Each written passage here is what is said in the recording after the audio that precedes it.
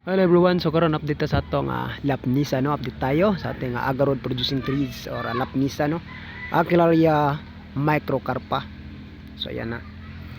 We have planted this last 2022. So ayan.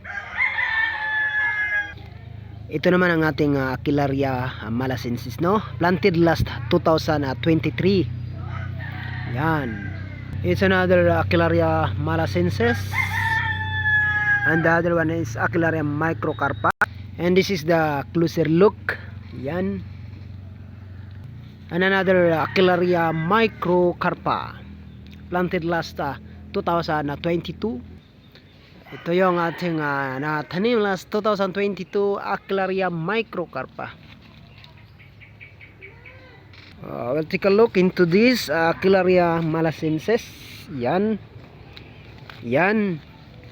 Pero parang Aquilaria sinensis ata ito, parang ibang dahon. Pero yun nga, the seller say it is malacensis. Pero ito sure talaga ito, malacensis ito. So yun muna guys, ang ating update. Medyo parang naguguluhan tayo sa mga seedlings dahil nga, yan no?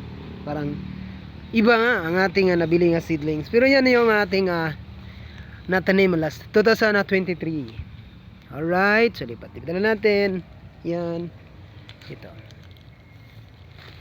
So yan lang muna ang ating update for now sa ating mga tanim, no, na Aquilaria.